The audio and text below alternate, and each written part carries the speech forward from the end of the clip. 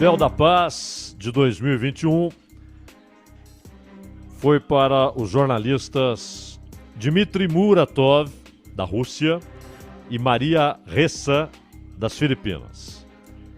Ambos reconhecidos, Maria Ressa e Dmitry Muratov, pelo trabalho que fazem para que informações verdadeiras cheguem aos leitores, para que o que acontece na Rússia, e não é tema no noticiário da televisão, das emissoras de rádio, dos jornais, quase todos muito próximos do Kremlin, chegue às pessoas com independência, com coragem, porque as ameaças são várias. E o mesmo faz Maria Ressa, talvez até com mais dificuldades. Há um autocrata que não pensa duas vezes antes de perseguir aqueles que o desagradam, aqueles que mostram alguma desaprovação ao seu governo, o presidente Rodrigo Duterte. E é importante frisar que eles simbolizam, na verdade, nessa escolha do comitê norueguês, que é o da paz, né? Eles simbolizam uma defesa da liberdade de informação, da liberdade de circulação de ideias e da importância de uma imprensa livre e independente para que de fato haja democracia. Imagine, com todos os problemas, defeitos, distorções que há na imprensa, se imprensa não houvesse. Se, havendo a possibilidade de um mal feito ser noticiado, tornar-se público, e mesmo assim não param de fazer o errado, a corrupção continua campeando, as repressões, dependendo de que país falamos, a corrupção, a roubalheira. Imagine se a imprensa não houvesse, se não houvesse a possibilidade de aquilo tornar-se público. E no caso dos dois, Maria Ressa, nas Filipinas, e Dmitry Muratov, na Rússia, é preciso acrescentar que a honestidade de seus trabalhos, a defesa intransigente da independência daquilo que publicam, eles são corajosos. São corajosos.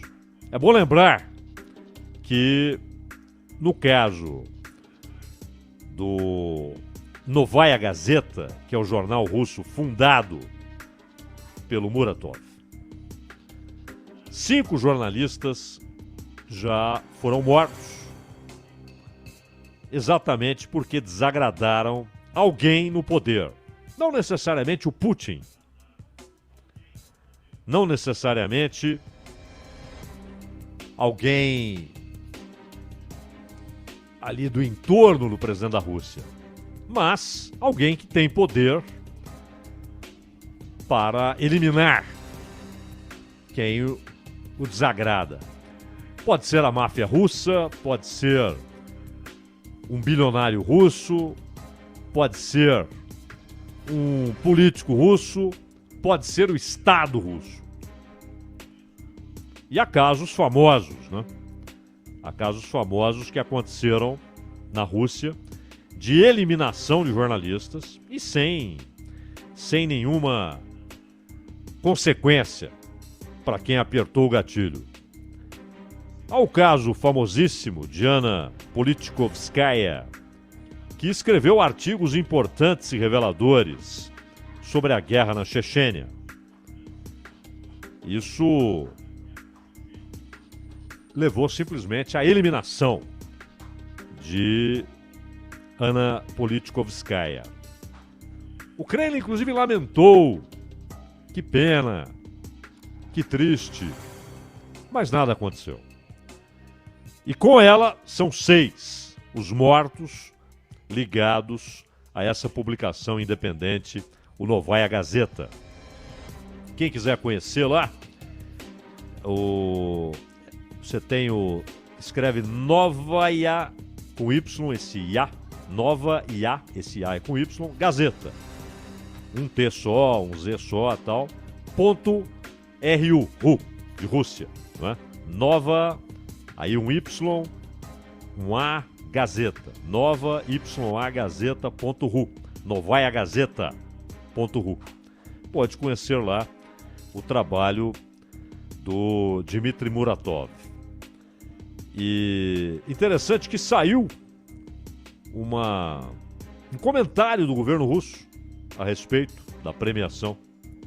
O governo russo, depois do prêmio, afirmou que Muratov trabalha consistentemente de acordo com seus próprios ideais e que é um sujeito corajoso e talentoso. Interessante a resposta do governo russo, porque fez questão de mencionar a coragem de Muratov, além do talento. Por que o governo Putin mencionou a coragem? Porque sabe que ele pode morrer a qualquer momento. O que não será algo incomum. Só no Novaya Gazeta foram 6 os jornalistas mortos. E ele é o idealizador desse trabalho independente. Só a internet. Não há impressão, só a internet. Então é claro que ele é alvo. E o governo russo reconhece isso e diz que ele é talentoso e corajoso.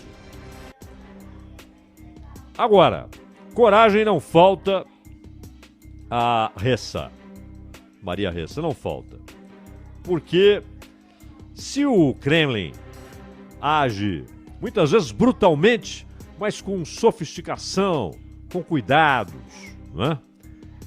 Muitas vezes até com uma ironia cruel ao comentar a morte de um político de oposição, a morte de um jornalista. Duterte não. Duterte não dá a mínima pelota para o refinamento, para a sofisticação das declarações. E pública e costumeiramente, ele diz que tem de morrer muita gente, porque a sociedade filipina precisa dessa limpeza. Esse é Duterte. Aliás, ele vai ter uma parada torta para se reeleger. Vai ter uma parada torta para se reeleger. Porque dentro do seu próprio partido já há uma divisão em relação à campanha para a reeleição de Duterte. E é nesse ambiente de uma imprensa controlada de outra maneira, não é como uma ditadura totalitária, a China, a Coreia do Norte. Simplesmente é inadmissível um veículo de comunicação de oposição. Inadmissível. Não há. Nas Filipinas e na Rússia há. É diferente. Não são estados totalitários. São autocracias. E nas Filipinas são ditaduras, mas não estados totalitários. São coisas distintas. O estado totalitário é o ponto culminante da ditadura. O ponto culminante do controle da sociedade pelo Estado, em todas as esferas, econômica, cultural, esportiva, política. Vem o risco. E como disse o Kremlin, tem de ser corajoso como Muratov. Nas Filipinas, há uma espécie de desculpa que o governo usa para eliminar oponentes. Tráfico de drogas. Porque Duterte chegou ao poder e também nas Filipinas as drogas viraram um flagelo, incontestável flagelo. Abrindo parênteses aqui para lembrar que hoje o país onde há mais tiroteios na Europa é a Suécia. Não é onde há mais mortes, mas onde há mais tiroteios, mais confrontos. Suécia. Isso há 6, 7 anos. 6, 7 anos, hein? Não há 30, 6, 7. Era um negócio que ninguém levaria a sério uma informação como essa. Hoje a Suécia. Tráfico de drogas. Marsella, na França. Uma cidade símbolo, né? No sul da França. Cidade um tanto quanto latinizada no seu comportamento. Mais efusiva, mais alegre. Rica, diversa. Tem sofrido com o flagelo das drogas. Nos Estados Unidos são vários os problemas desencadeados pelas drogas, inclusive um número crescente e preocupante de mortes por overdose e tal. A droga é um flagelo, como podemos ver nas ruas do Brasil, né? Pessoas escravizadas pela droga. Terrível. E nas Filipinas, essa situação fez com que Duterte assumisse o discurso da tentativa de erradicação do problema. E qual era a ideia simples e singela do Duterte? Matar, fuzilar, eliminar. Só que as coisas não são tão simples, né? Além de não ser a solução, por óbvio, isso vira uma maneira de o Estado eliminar oponentes, dissidentes, opositores, dizendo que o sujeito era um traficante. Na China eles fazem diferente. Dizem que o cara era corrupto. Descobrimos um esquema de corrupção. Gente de peso dentro do Partido Comunista Chinês que percebeu que Xi Jinping não respeitaria aquele acordo de ficar um mandato de 5 anos e uma reeleição, e obviamente indiscutível, né? Porque é claro que o parlamento o reelege, e que ele ficaria mais tempo e que ele se tornaria um ditador vitalício, não que ele fosse a ditadura é o Estado totalitário chinês, as Forças Armadas, o partido. Se o Xi Jinping morrer, não vai mudar nada.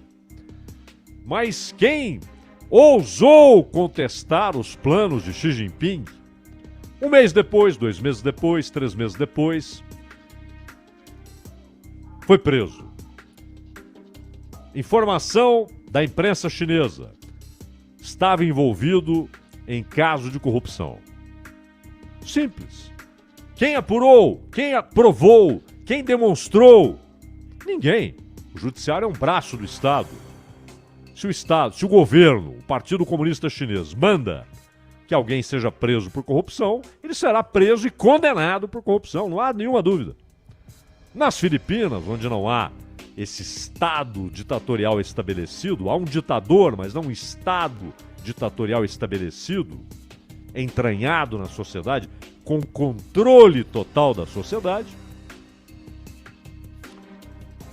o Duterte usa o combate ao tráfico de drogas como meio de eliminar aqueles que o incomodam.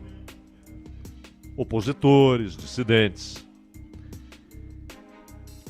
E de uma maneira meio caótica. Não há a coisa planificada, fria, silenciosa da Rússia. É uma coisa meio caótica. E é nesse ambiente que Maria Ressa trabalha. Ela que é cofundadora e diretora executiva do Rappler. Quem quiser conhecer, rappler.com, com 2 P's de pato. R-A-P-P-L-E-R. Rappler, com 2 P's.com. Uma empresa de mídia digital de jornalismo nas Filipinas. Ela e Muratov ganharam o Nobel. E aí, claro,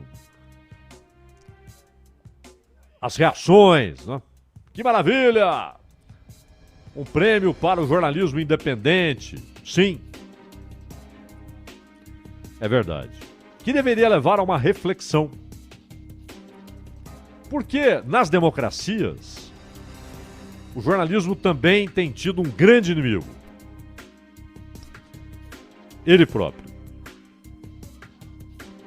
Já dissemos aqui que no país onde nunca houve ditadura, os Estados Unidos da América, onde a imprensa sempre trabalhou com liberdade, claro, pressionada, também lá jornalistas foram mortos, às vezes numa cidadezinha qualquer, onde um jornal local incomodou um figurão, ou incomodou a clã, sim, a clã,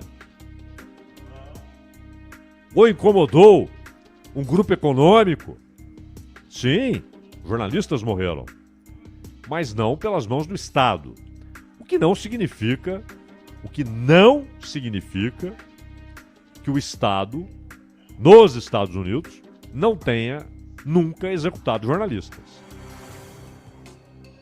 A história do FBI está longe de ser bem contada. E a da CIA também. Estado é Estado. Mesmo numa democracia, o Estado mata, o Estado elimina. Às vezes, sem que se saiba que foi o Estado. Muitas vezes o Estado, numa democracia, elimina um dos seus. Até o presidente. Então, o Estado, mesmo nas democracias, ele mata, ele oprime, ele reprime. Só que nas democracias há a resistência, aos controles, há outros poderes, além do poder executivo. É essa a diferença. Além, claro, de a população poder remover aqueles que estão em cargos eletivos. Mas, mesmo na democracia americana, onde a famosa imagem de jornalista conversando duramente com o presidente da República, fazendo perguntas diretas, duras, incômodas, isso é uma marca. Isso aconteceu com Eisenhower, com Kennedy, com Lyndon Johnson, aconteceu com Franklin Delano Roosevelt, aconteceu com Jimmy Carter, com Reagan, com Ford. Não é moleza. Mas, exatamente lá, há uma corrosão, uma deterioração do jornalismo por dentro. Uma corrosão. Chegou o tempo em que o New York Times defende censura. O Washington Post defende censura. A NBC defende censura. NBC, New York Times, Washington Post, CNN. Muitas vezes atuando no seu trabalho de informação, não em editoriais. Editorial é outra coisa. Editorial é opinião. O noticiário é informação. E hoje a informação está contaminada por partidarismo. Virou jornalismo de militância. Panfleto. O jornal mais famoso do mundo, não é o que mais vende. Qualquer jornal importante de Tóquio vende muito mais que o New York Times. Aquele jornal tem mais imagem do que palavras, mais fotos do que palavras. Nos Estados Unidos, acho que é o USA Today, vende uma barbaridade, mas o mais respeitado, o mais conhecido, o mais citado é o New York Times. Virou um panfleto. O jornal da televisão, da NBC, virou um negócio como se fosse uma televisão controlada pelo Estado. A impressão que dá é que todos eles têm o sonho secreto de um dia trabalhar em algo parecido com o que foi o Pravda nos tempos de Stalin. Só que hoje eles reproduzem o que a CIA determina. E viraram defensores da censura, inclusive em redes sociais. Pressionam, junto com o Partido Democrata, para que as redes sociais tenham um amplo serviço de censura e de controle. E dizem que fazem isso em nome da democracia. E aí, o Facebook e o Google gostam da ideia. Por quê? Porque a concorrência não vai conseguir pagar o preço desse controle. É caro. O Facebook pode pagar, o Google pode pagar. E dá-lhe editorial de New York Times, de Washington Post, pedindo censura. E dá-lhe CNN americana, NBC, exigindo que o Congresso imponha controle nas redes sociais. Não aprenderam nada com a Ressa, com o Muratov, porque esses enfrentam regimes autoritários com coragem. Como disse o governo russo, coragem e talento, independência. Ou alguém acha que ninguém chegou para o Muratov e falou assim: quanto você quer?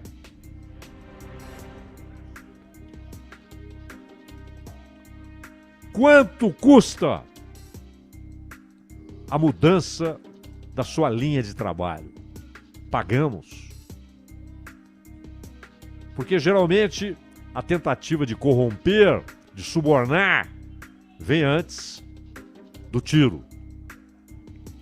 Se funcionar, não precisa do tiro. Maria Ressa. Alguém acha que ninguém chegou e falou: escuta, mude a linha do seu trabalho. O que você quer? E ela disse não. Certamente ela disse não. Isso é coragem. E numa democracia, brindados pela liberdade e podendo brindar todo dia a liberdade, tendo no rosto ali todos os dias o vento da liberdade, esses caras defendem censura, limites. Mas por que o problema? Não é o limite que sempre deve ser estabelecido contra o crime. Não é uma sociedade anárquica. Há limites. Qualquer coisa criminosa, dá-lhe judiciário em cima, dá-lhe polícia em cima. Não é esse o problema. Eles não estão combatendo ações criminosas nas redes sociais. Essas têm que ser tratadas como criminosas, com processo e prisão. E multa, dependendo do delito.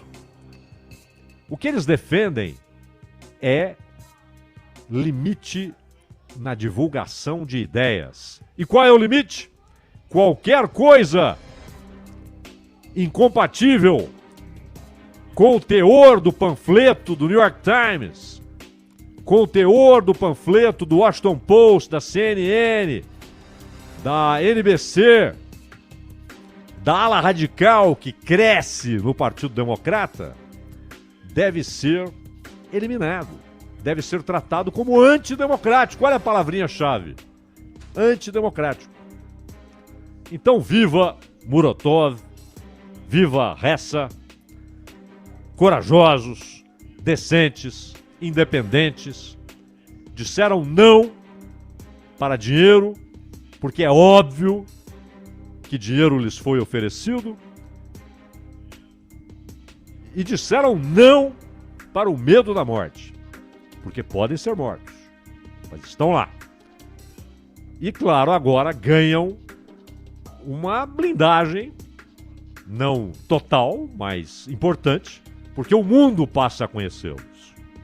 Então, será mais custoso eliminá-los. As consequências serão mais graves. Por isso, essa premiação foi importante, mas que sirva de reflexão também para aqueles que, em democracias, trabalham, às vezes até inconscientemente, por ditaduras de pensamentos que se pretendem iluminados. Ronald. Bandeirantes acontece, esse editorial de abertura de Cláudio Zaidan, em instantes estará disponível e imperdível, e eu guardaria aí no seu celular, se fosse você, baixaria no seu celular.